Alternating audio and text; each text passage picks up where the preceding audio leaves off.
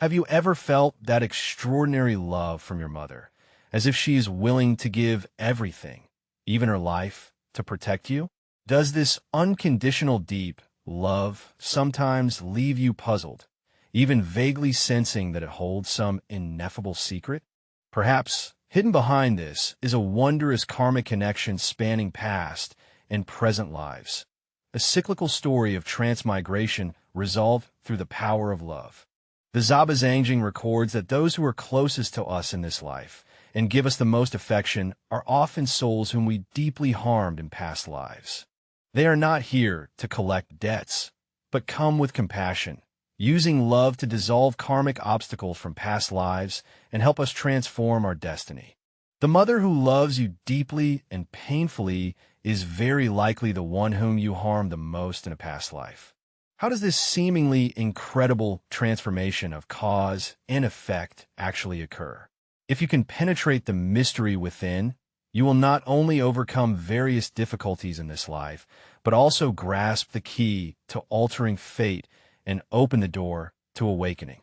Let us follow the true story of a monk and his mother to reveal the mystery of the transformation of dependent origination and how it directly influences the trajectory of our lives. Anxi was the son of a wealthy merchant in ancient Rajgir, India. From a young age, he was well-versed in poetry and literature, possessing exceptional intelligence.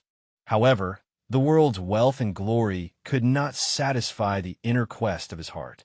At the age of 18, he was fortunate to hear the teachings of the Buddha, deeply captivated by the wisdom of the Dharma, and resolutely chose to ordain as a monk, following the Buddha in his practice.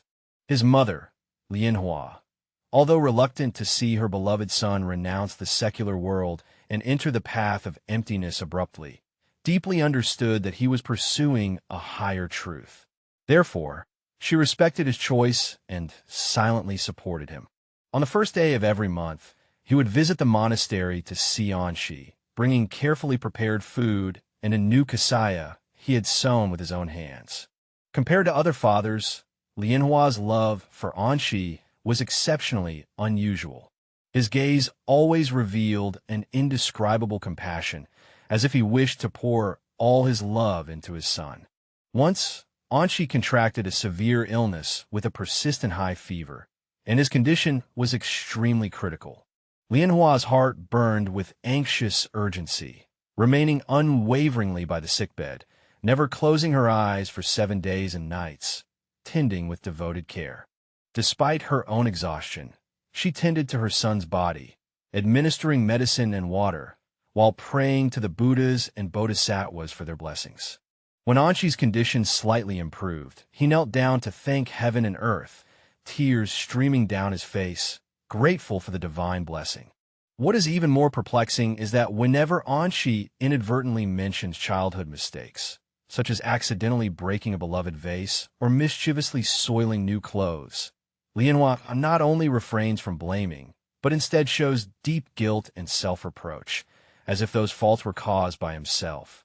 He would gently comfort Anxi, saying, "It's all right, child. It's all in the past.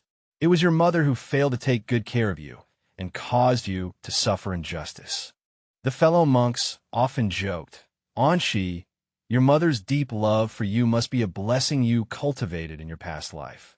Anxi always shook his head, furrowing his brows, his heart filled with doubt. He said, "I always feel that there is a certain ineffable emotion hidden within a mother's love, like a weaving together of debt and compensation. His love for me transcended the bond between mother and child. It was more like an act of atonement." This growing confusion enveloped Anxi's heart like a dense fog.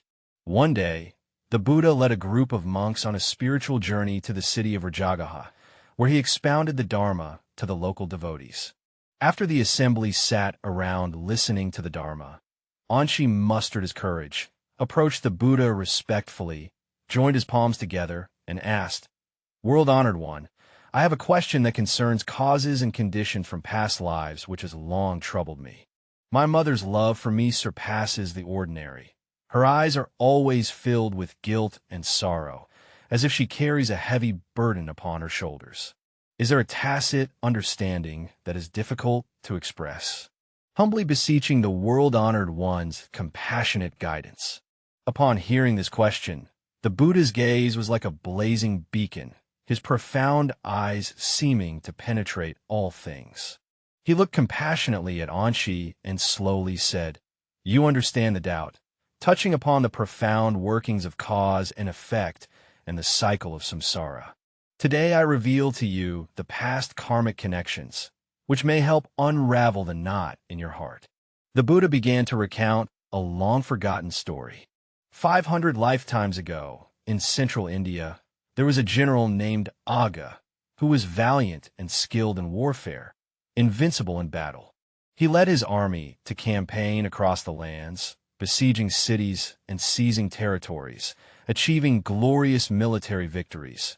Yet in doing so, he stained his hands with countless bloodshed and accumulated boundless karma of killing. Your current mother, Lianhua, was once a poor farmer woman in a border village during a time of endless warfare and suffering, when the people lived in great hardship. Aya was ordered to conquer the four directions. Wherever he passed, villages were reduced to ruins, and the people were left homeless and displaced. One day, the army arrived at a small border village to requisition food supplies for military needs. The peasant woman had recently given birth and was physically weak. At home, there were only herself and the infant who was crying to be fed, living in great hardship. The granary had long been empty. Not a single grain of food could be taken from it. The soldiers searched in vain, and in their frustration and anger, they dragged the peasant woman before Master, accusing her of hoarding grain with the intent to resist. A peasant woman, holding her infant child, knelt on the ground, pleading for mercy, trembling with fear before the mighty soldiers. "General, please show compassion. My family truly has no grain. I only beg you to spare my child. He has just been born and cannot be separated from his mother." The Lord, however, was cold-hearted like a stone, ruthlessly decreeing that military orders are as unyielding as a mountain.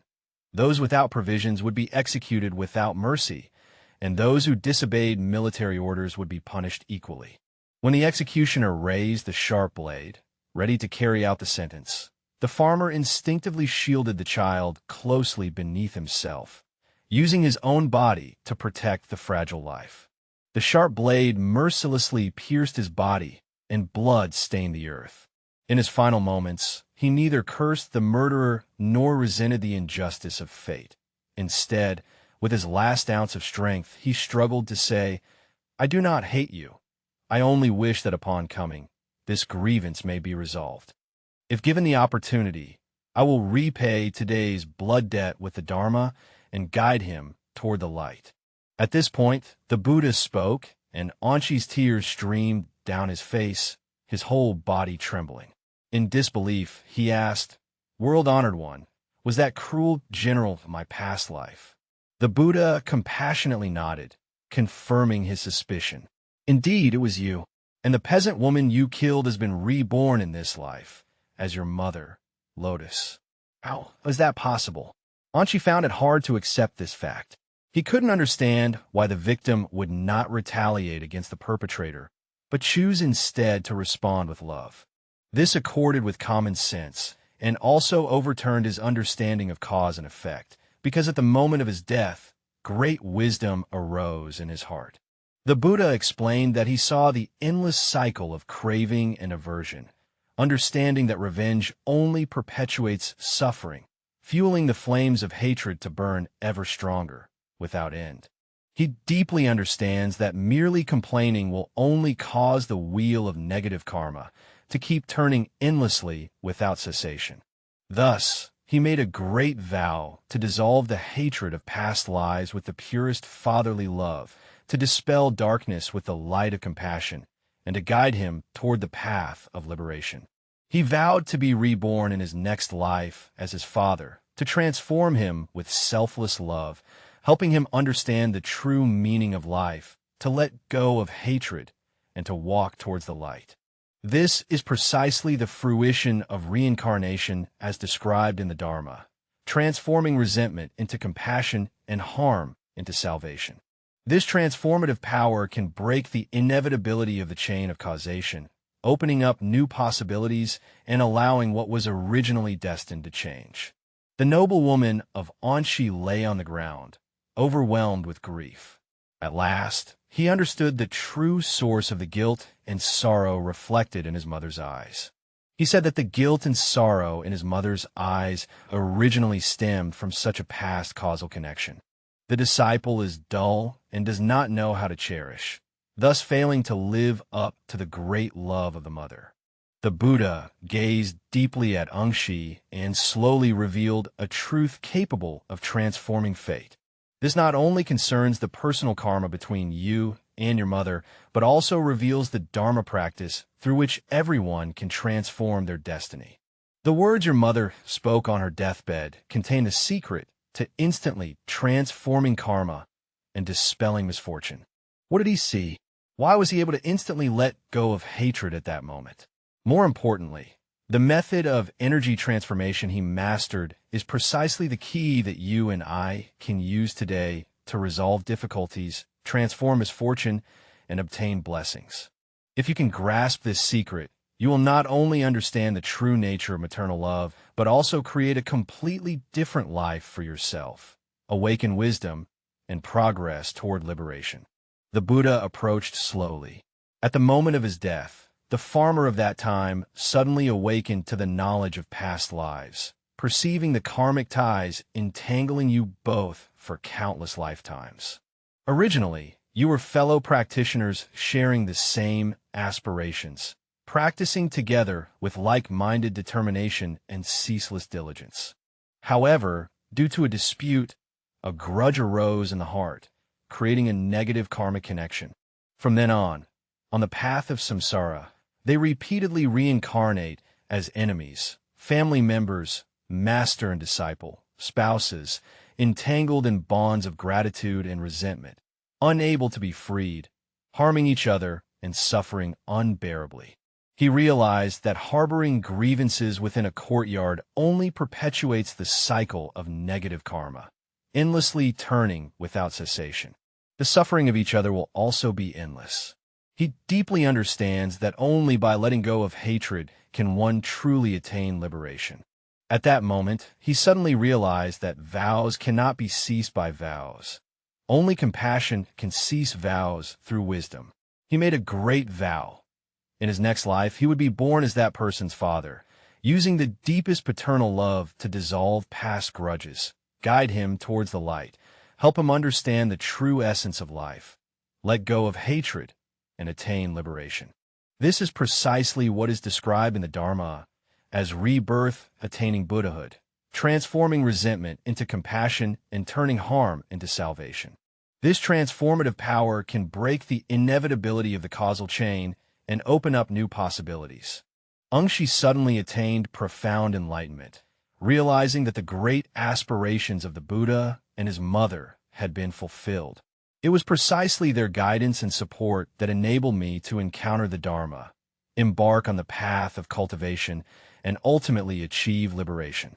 The Buddha smiled gently, raising his hand, and said, "Exactly so. Your mother not only dispelled past karmic vows with love, but also aided you in progressing along the path of liberation. This is the highest realm of karmic cause and effect in samsara. Not only is the debt resolved, but one can also completely transcend it, no longer suffering the afflictions of cyclic existence." The Buddha then instructed the assembled monks, saying, "You should understand that the root cause of sentient beings, samsara, lies in ignorance of cause and effect. They cling to grievances and gains, being deluded by greed, hatred, and ignorance, thereby creating various unwholesome karmas. If one can see through the cycle of causes and conditions spanning hundreds of lifetimes like the lotus flower, one can transform karma and dissolve past vows in a single moment of thought. Liberation from samsara, the so-called moment of radiant return of the mind and transcendence of countless kulpas, is precisely this principle. The moment of compassion, like a lotus blooming in the forest, not only altered the destinies of him and Anxi, but also opened the door to liberation for both of them. This is precisely the highest moment of repaying hatred with kindness, where resentment naturally dissipates, and it is the best embodiment of the compassionate spirit of the Dharma. The bhikkhus present were all deeply moved and touched upon hearing the words. They understood the power of compassion and also recognized the importance of letting go of hatred. Anxi was even more tearful, for she finally understood the true source of the guilt and sorrow in her mother's eyes, and also realized how immense and selfless her mother's love for her was. From that day forward, Anxi practiced with even greater diligence, studying the Dharma more earnestly and widely spreading the story of himself and his mother to enlightened sentient beings. Whenever she encountered people trapped in the entanglements of hatred, she would share the karmic connection with her mother and counsel them to let go of attachment, dissolve grudges with a heart of compassion, and transform hatred with love. Several years later, in the Arhat kingdom of Anxi, he fully possessed the 6 supernatural powers and attained supreme wisdom and supernatural abilities. He is able to perceive the past and the future, understanding the karmic retributions of all beings. One day, using his insight into past lives, he further examined the karmic connection between himself and his mother in previous existences, only to uncover an even more astonishing truth. In the distant past, he had saved the lotus many times, and the lotus had also been his guiding light, leading him onto the right path. The karmic bond between two individuals is far more intricate and profound than one might imagine, with grace and enmity intertwined, composing a magnificent tapestry of samsara. This made Anxi fully comprehend the Buddha's teaching on dependent origination and impermanence, the ultimate truth created by the mind. In the endless cycle of birth and death, sentient beings are entangled as both kin and foes, with grievances and affections constantly intertwining.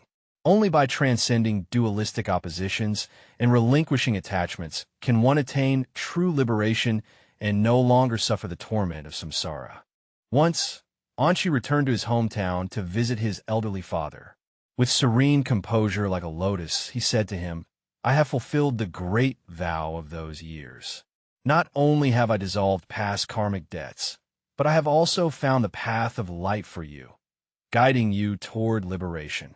The cycle of birth and death is originally a grand dream.